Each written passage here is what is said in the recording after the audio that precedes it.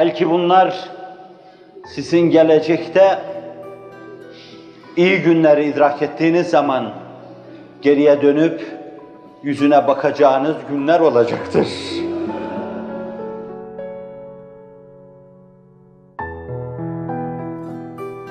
Çok kimseler tatlı günleri ileride arayacak. Fakat siz yer yer dönüp gerilere bakacaksınız. Alınlarında nur tel'alü eden, çehreleri drakşan evlerinizin çehrelerine bakacaksınız. Emeğinizle kurduğunuz yurtlarınızın çehrelerine bakacaksınız. Okullarınızın çehrelerine bakacaksınız. Ve camileri lebalep dolduran genç delikanlıların çehrelerini tahayyül edeceksiniz. Ve bir gün sahabinin dediği gibi, hey gidi günler diyeceksiniz. Meğer tatlı günler o günlermiş diyeceksiniz. Belki ben de öyle diyeceğim.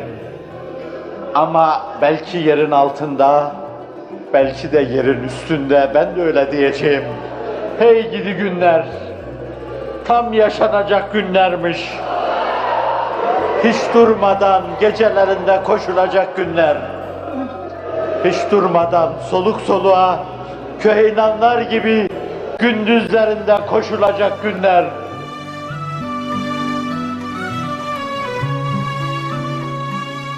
Utana utana, hicap ede ede, terliye terliye, ne olur Allah aşkına coşun denen günler.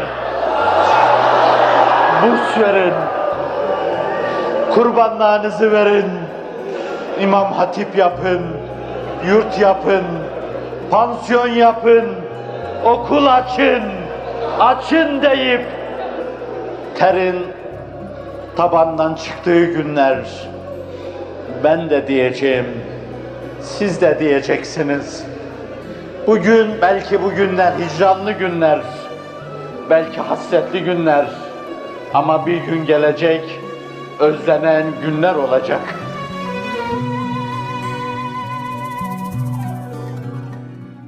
Nesibe yetiştiği gül devriyle şen, şad ve hurrem değildi.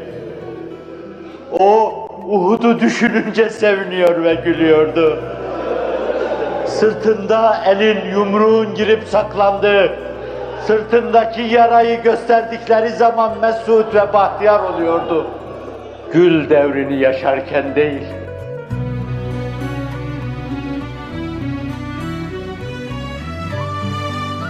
Abdullah İbn Hüzafetü's Sehmi başının kaynayan sulara sokulduğu günleri hatırlıyor.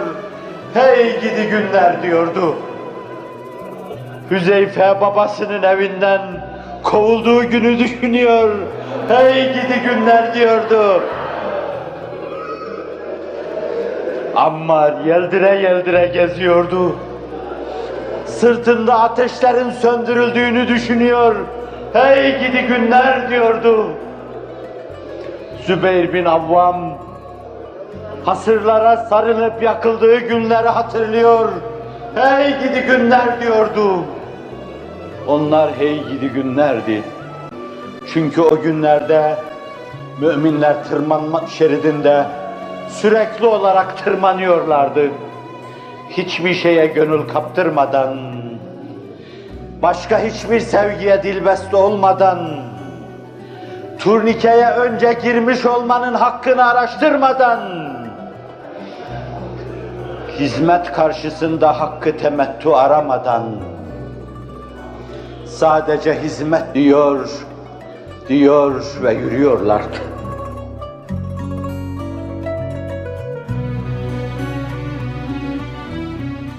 Hey gidi günler, hey gidi günler diyorlardı. O çile günlerine, o ızdırap günlerine, çünkü o günlerin içinde Allah'ın hoşnutluğundan başka mülahaza yoktu. Çünkü o günlerde büyüklük yoktu. Çünkü o günlerde herkes küçüktü. Çünkü o günlerde herkes neferdi. Çünkü o günlerde abilik yoktu. Çünkü o günlerde turnike'ye evvel girmiş olmanın hesabını yapma yoktu.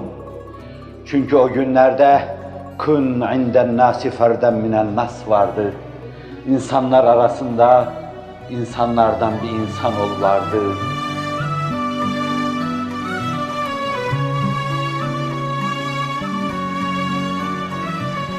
Ah nankör nefsim, sen de hey gidi günler diyeceksin. Kafanda hiç o türlü duygular ve düşünceler yoktu. Dinleseler de dinlemeseler de alınmıyordun. 8 saat derse girdikten sonra 2 yerde de derse akşam iştirak ediyordun. Bir cumartesi pazarı da burası Simav senin, orası Gediz benim, şurası da Demirci senin ve pazartesi derslere yetiştirmede yine senin. Ama alınmıyordun, gönül koymuyordun, dinleyen yok diye üzülmüyordun, tesir etmiyorum diye müteessir olmuyordun. Hey gidi günler, ne kadar arkada kaldınız, bizden ne kadar uzaklaştınız, biz ne kadar büyüdük hey gidi günler, hey gidi günler, siz ne kadar küçük kaldınız. Ah eyyamullah, ah peygamber günleri, ah hizmet günleri, ah cihat günleri, ah başka mülahazaların içine girmediği günler. Biz büyüdükçe sizler arkada küçük kaldınız. Benim kestane pazarındaki tahta kulübeciğim içinde kaldınız. Ah tahta kulübem, her şey senin içinde kaldı gitti.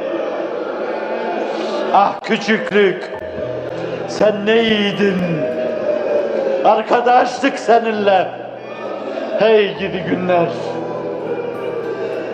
İlki değiliz. Sonu da olmayacağız. Hey gidi günler. Hey gidi günler.